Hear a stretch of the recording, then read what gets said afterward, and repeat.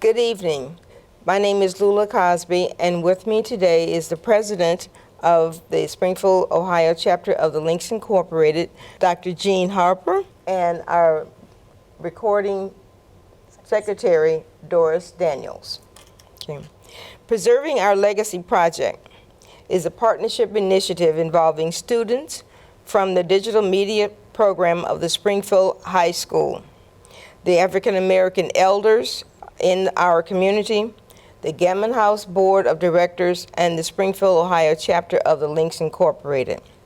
The purpose of our project is to record, preserve, and to celebrate the rich heritage and diversity of the Springfield, Ohio African American community.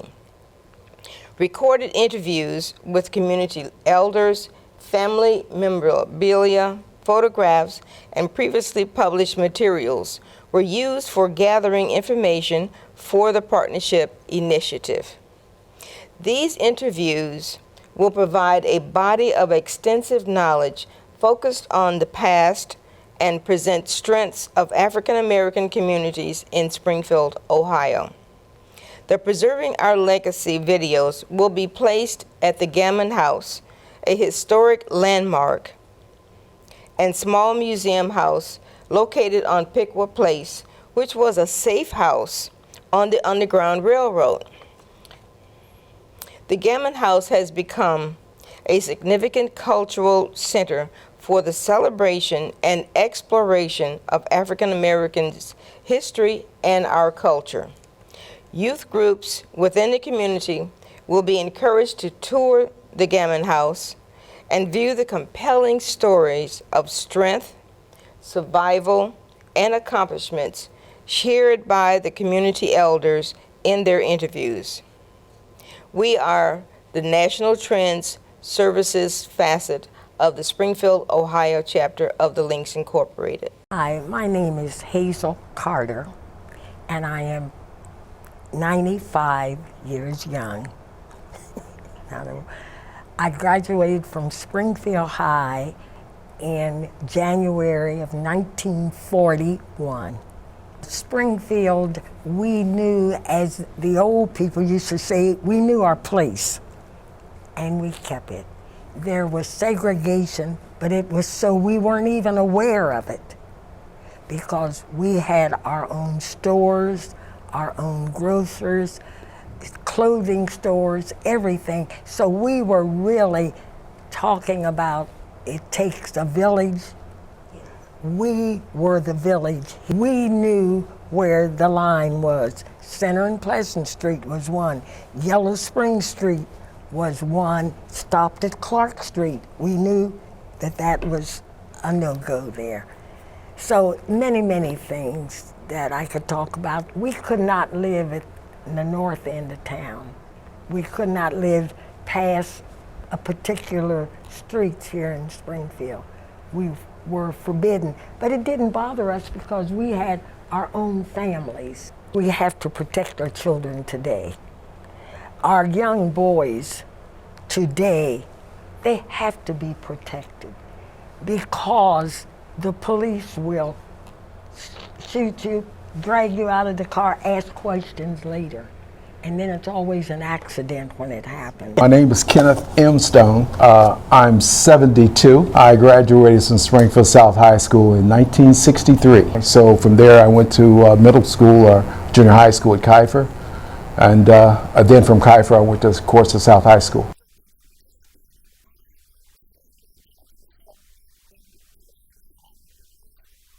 I participated in football in Kiefer and also in South High School. I did participate in football. The activities that we had was just local kids playing in the street on Euclid Avenue. That's mainly what we did.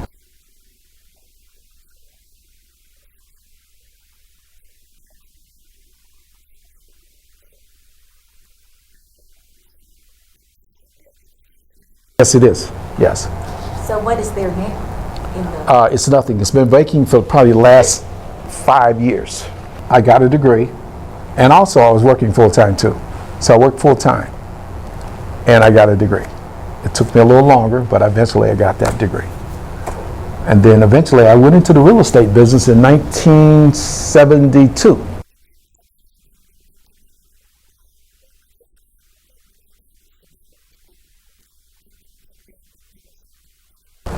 Critical. Very important to own land.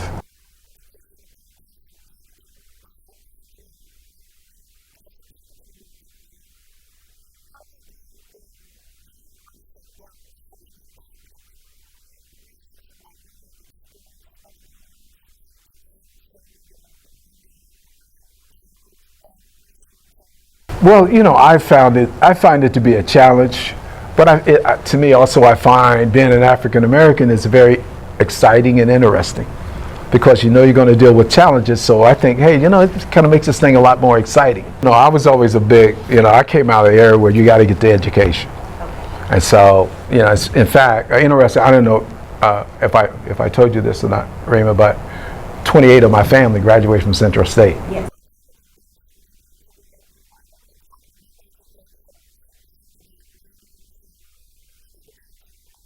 Oh yeah, read your history. Understand where you came from and the things that people have accomplished. Or be able to appreciate your ancestors. And once you begin to understand history, and not just your history, read the history of the Jewish people. Read the history of the Irish. You know, read the history. Read the history of the indentured servants. My name is Charles R. Beard. I was 87 years old. I was born August the 25th, 1930. I'm the second generation that was born out of slavery. My father is the first generation that was not born in slavery. I was growing up in Springfield during the Depression. My father earned $6.50 a week. He had 11 children, and I was the seventh child of his, my mother's. Grew up in the East End on Raffensperger. I lived 2 blocks from where I was born. All right. Right. To be resourceful in order to survive the Depression. Sure. I attended McKinley Elementary School. On High Street? And I went from that to Kiefer Junior High, and then we went from Kiefer to Springfield High. And his daughters had used. Graduated from Springfield High School 1948, the class of 9. And I think at that time, that was the largest class that had graduated from Springfield High School. The urge to travel. There was a teacher there that taught Mr. Evans. He taught world history. And we had a world history book. And in that book, all the depictions of black people was picking cotton. And I approached him, and he said, your race of people have not contributed anything to the world's civilization but song and dance. And my father and mother had taught me about Washington Carver, Dr. Drew, and all of this. And I knew that that was not the truth. And that's when I got the urge to travel. In 1945, I joined the Army. All right. I was 15 years old. I had, my father would send me to, we're originally from around Birmingham, Yes. Alabama. Okay. And my father would send us every year back to the homestead to Yes. work in the cotton fields and all of that. Sure. And I said I wouldn't go. I joined the Army at that time. I went to Camp Atterbury in Indiana. And at that time, there were German prisoners of war. And they put me and some more fellas, the German prisoners of war were over us. Oh. What? We worked for them in the laundry. Oh my. So Or they could go into restaurants and eat. We had to stand out in the back and get our food from there. oh, and so you were with the prisoners of war, but yet still They you were under ours. Okay. Yes.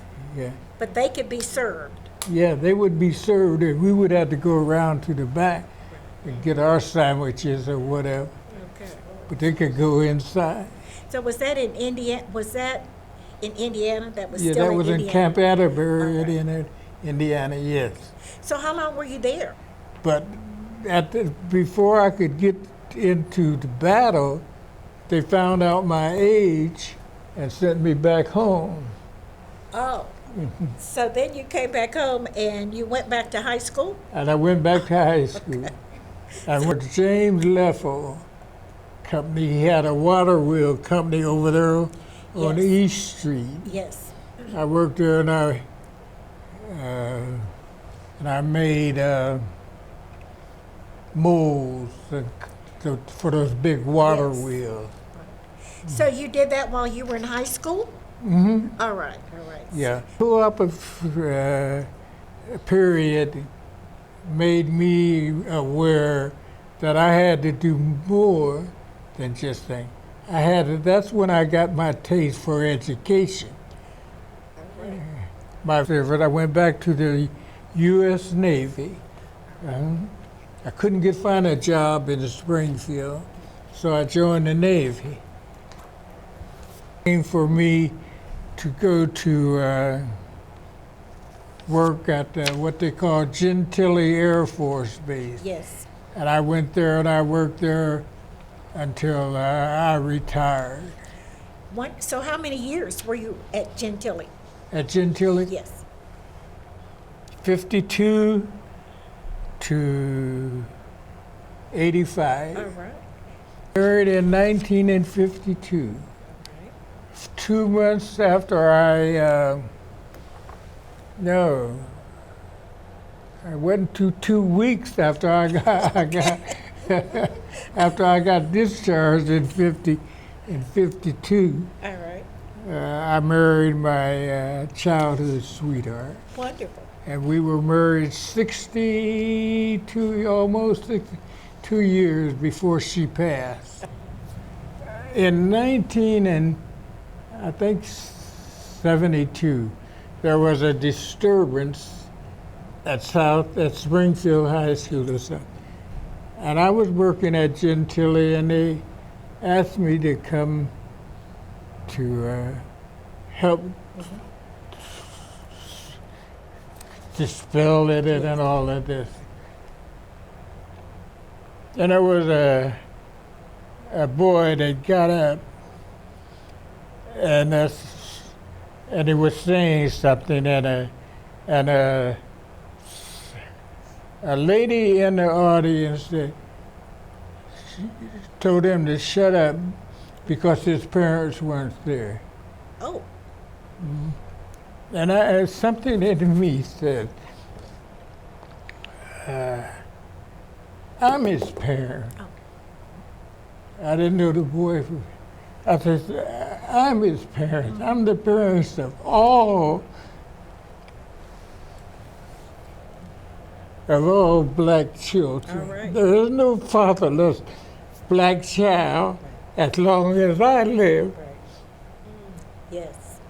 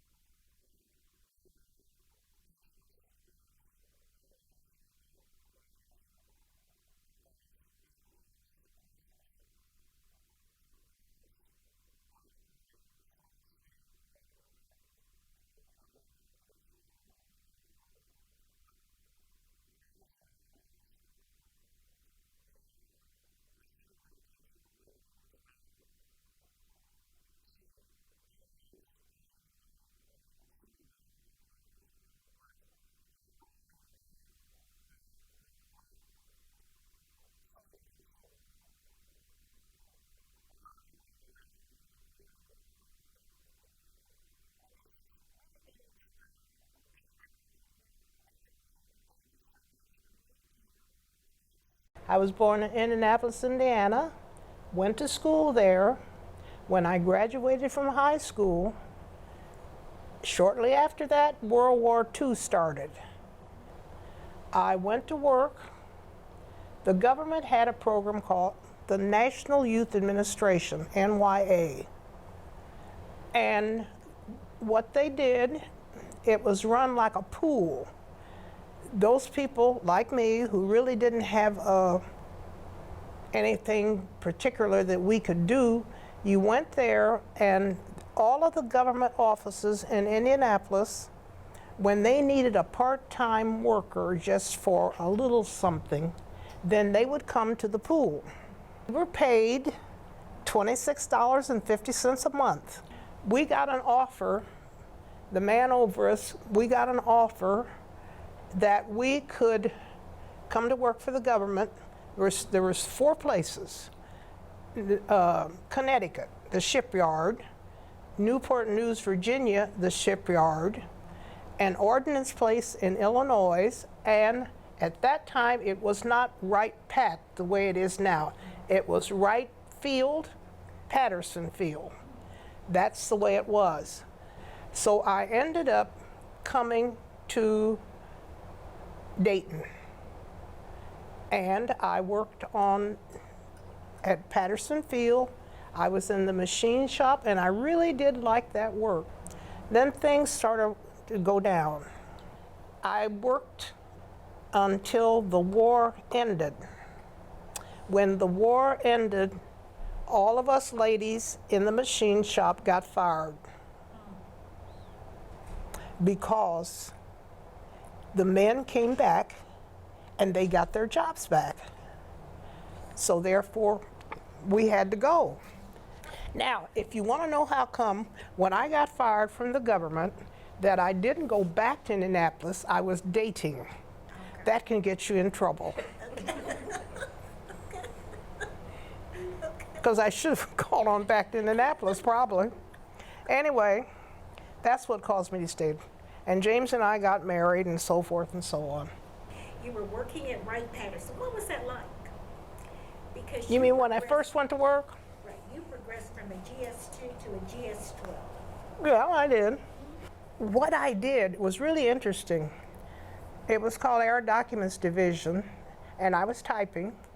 I worked in an office where you had these gentlemen who could translate German documents. Then they were usually, that was kind of a draft.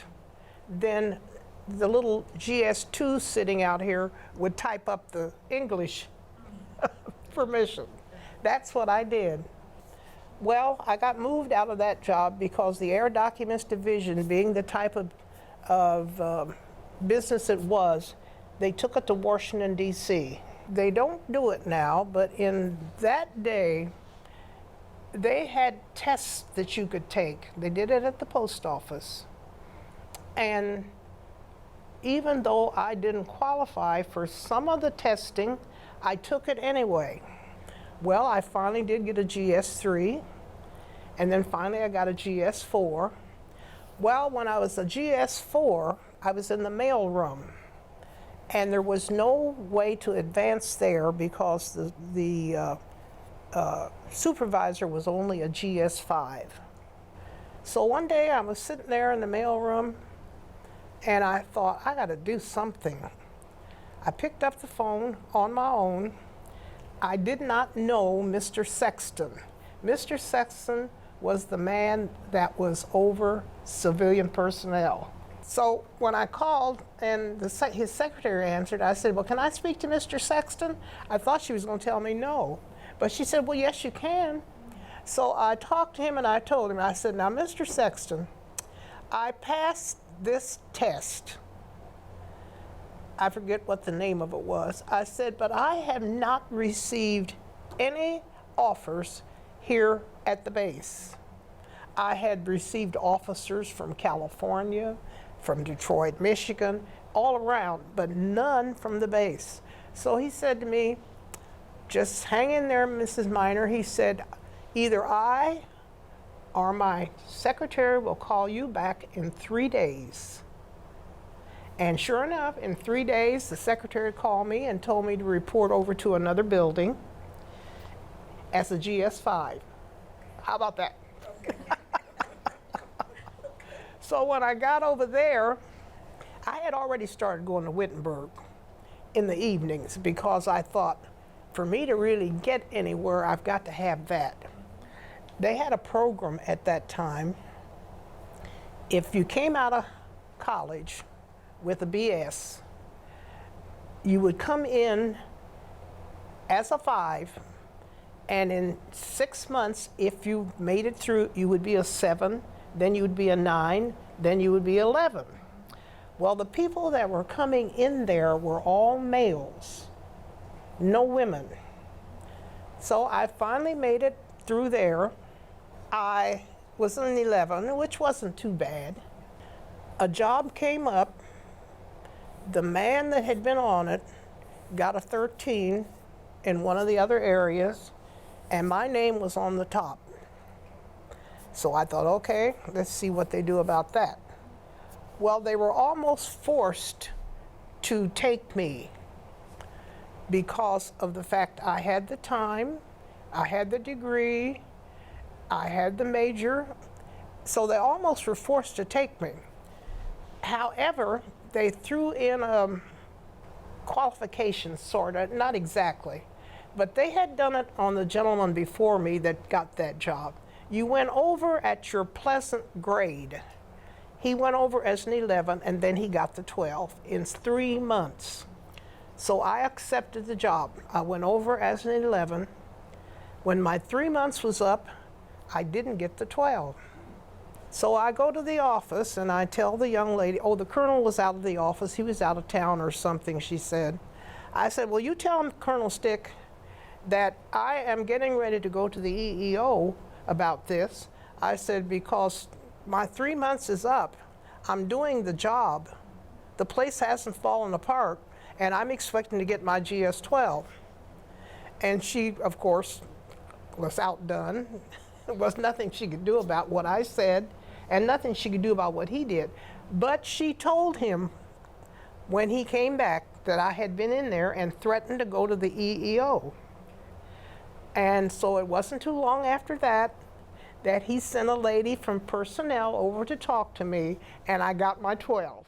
And then when I was born in 1936, April the 24th, on Mound Street, and of course, you know, then at times they didn't send Afro-Americans to hospitals.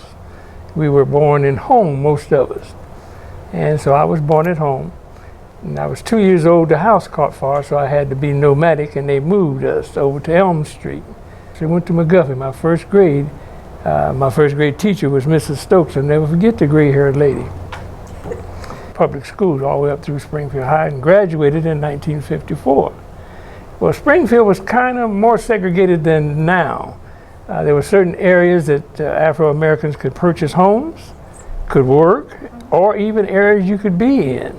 I can remember growing up and going up to Wittenberg University and playing on their fields, only to be chased from there back home by law enforcement officers. They'd call the police on you. Very good teachers at Springfield High. They were exceptional teachers. And I got on the honor roll because my mother insisted. So I graduated on honor roll, and but school was nice. I graduated from Springfield High. I said, I'll show you. I'm leaving here, and I'm going somewhere to where I don't have to listen to you be told what to do. Dummy as I was, went to the Army. The service for 6 years.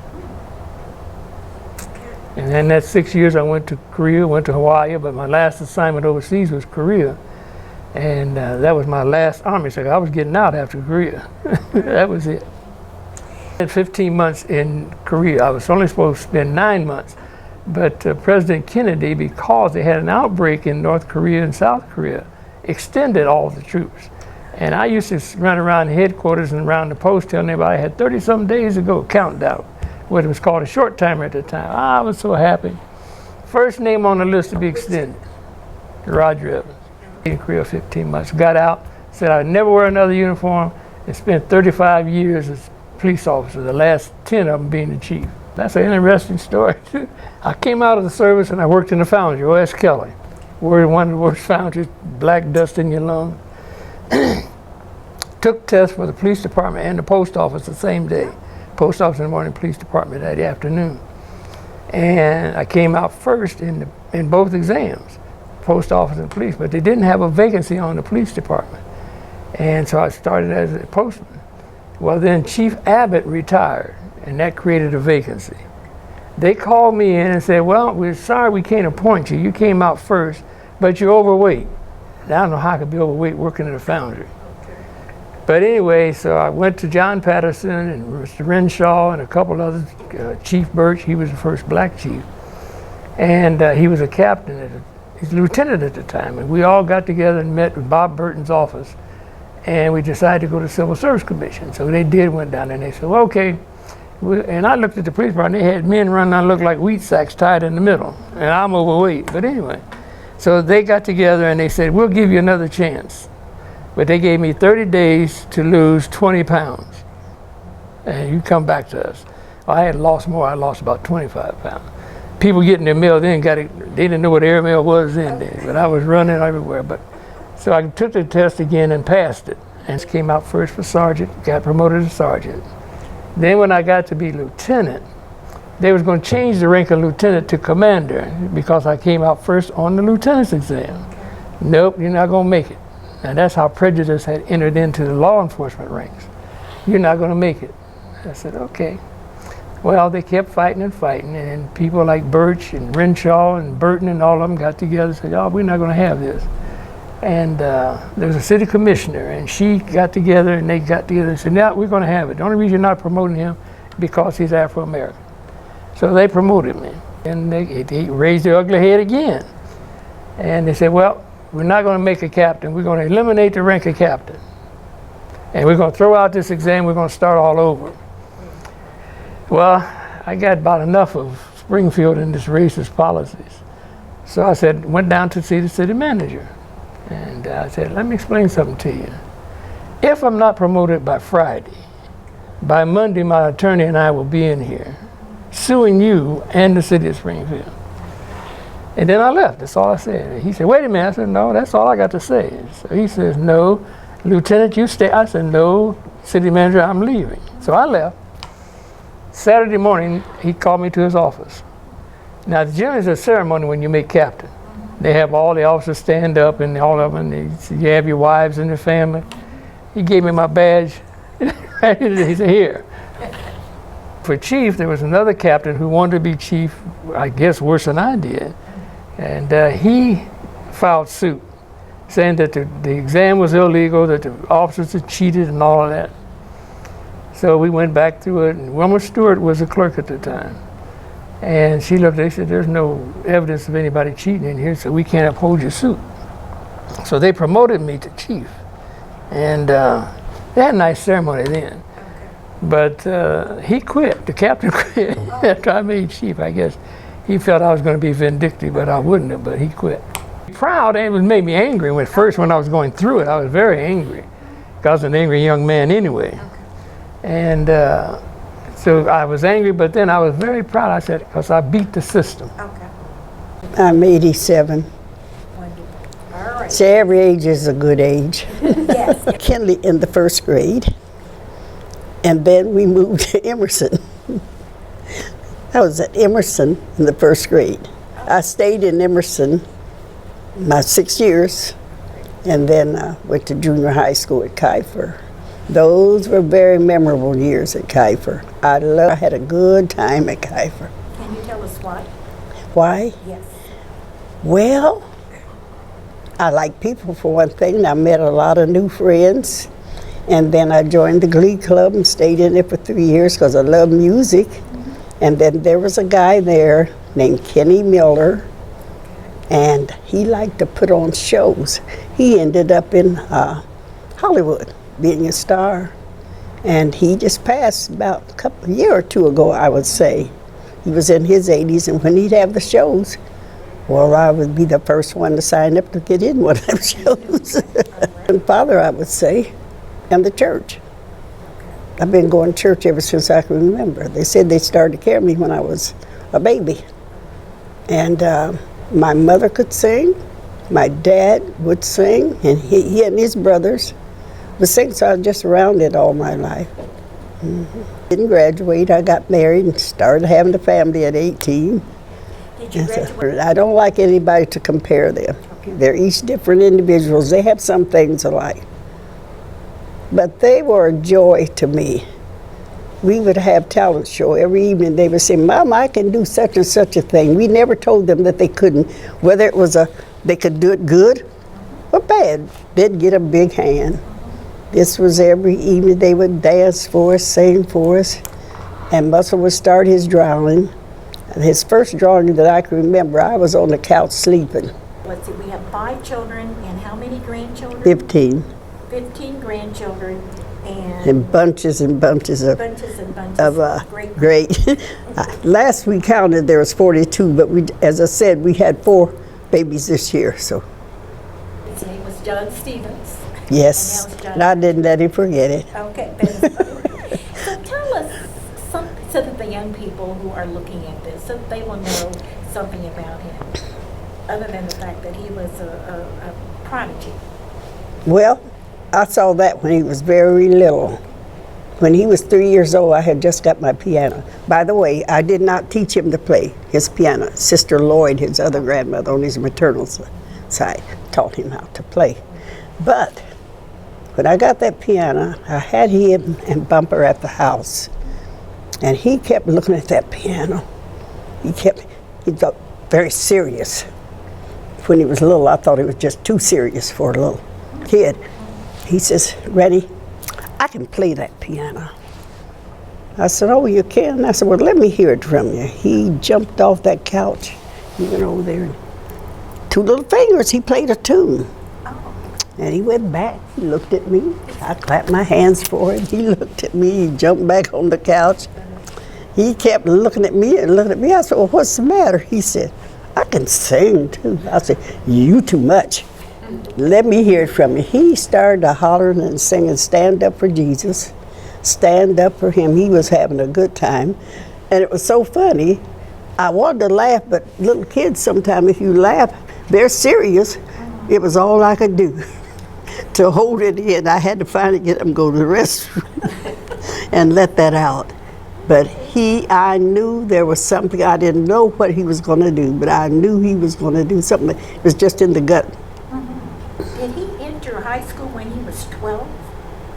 He may have, because he went to college at 16, I think it Yes, was. From what I've read, he graduated from high school and was the salutatorian.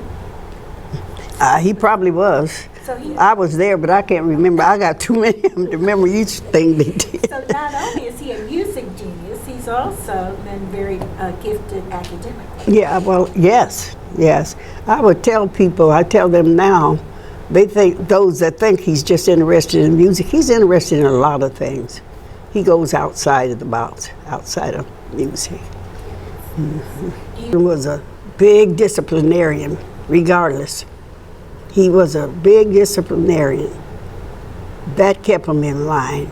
And he would often tell my boys, "Now, I might take a little of your flack. Your mom doesn't have to take any. Don't ever try to give her any. And my motto is, I am not your friend. I'm your parent." And any child that came to the house, I would hear them telling my children, "Your mama sure is mean." I'd say, "Oh, yes, I'm mean. You cannot come up here and think you can just do any and everything, because you can't. You know, I'm your parent first. And I love you, and I want you to do the right things." And some of them are grown now. They still come to see me, and I'm still mean, I tell them. Advice, if you have children, you're the parent first. That's why you're the parent, to try to guide them in the right directions. It's all right to let them have a little say-so, but you watch how far your say-so goes. You know, I believe a child should express themselves to a certain point, but they need to be taught there's a way to do that you can get away with, you know. I don't want to offend anybody, but a lot of times when we would get out of a house, you know, people would sell houses out from under during the time I was coming up. I was born right into the Depression. And if you couldn't buy the house, they'd give you the first opportunity. So most of us in my dad's family would go back to my grandmother's house till we found another one. Well, my grandmother lived right around the corner from St. Joseph's School. And these little kids would pass our house and call us all kinds of names. That was my first encounter with it. And then when we were at Emerson School, there was a drugstore. I don't know whether you remember where Mondays used to be on Selma Road in Tibbetts. Okay, right across the street from there used to be a Scarrett's drugstore. And I think Mr. Scarrett was one of our city commissioners at one time. I'm not sure, but I think he was. But he had this drugstore, and it had a soda counter where you could buy malts and sodas and everything. And we didn't know we couldn't sit there. We saw the other Caucasian kids sitting there, and we'd go in there and get this cherry phosphate. And we would sit down. He never did, I credit him for that, tell us to get up. But he had a clerk in there that would not let us sit there if he was in there by himself. But Mr. Scarrett never did that, and I was wondering why. Sometimes we can sit here and sometimes we can't. Oh, I run into a whole lot of stuff. Well, we had a little incident there. When they built Perrinwood School, you might remember some of that. They built it very small. It really was just going to accommodate that neighborhood. And there was a lady called Miss Dorothy Bacon, Miss Hattie Mosley, and Betty Henry. Asked all of us mothers that had children in Fulton to meet over at the Kuiper Library because they had this discussion about this school. And they wanted us to enroll our children in Perrinwood School this coming school year. And they felt that they had built a private school with taxpayers' money, and they weren't having it. So I was the first one that said, I will do that. One of the first ones. Kids, you're not going back to Fulton this year. You're going to go to Perrinwood. 3 of them. That was Nasa and Tony and Melanie, the 3 youngest ones. And they didn't want to go with these kids. I says, well, you're going to encounter them the rest of your life, so you might as well learn to get along with them now. And then another thing that happened, Nasa was always very bright. She was an honor roll student from the time she hit the 1st grade. Her grades were up. They don't have honor roll in the 1st grade, but her grades were mostly A's. She goes over there, and all of a sudden, she's getting C's and D's. Nasa, are you okay? She was doing her work at home. She said, yes, ma'am, but she just, I don't know what's the matter. So I said, well, I better go over there and have a talk with her. You know what she told me? I took all of Nasa's grade cards with me. And I said, I want to know why she's falling off. So she says, I don't believe in giving a kid an A. That's what she told me. I said, well, listen here. If they deserve an A, you should be giving them an A. I said, now I'm not liking this. Now I'm going to have to talk to somebody else about this. I'll tell you what, she started giving her a grade. She didn't want me to talk to somebody else. Mm-hmm.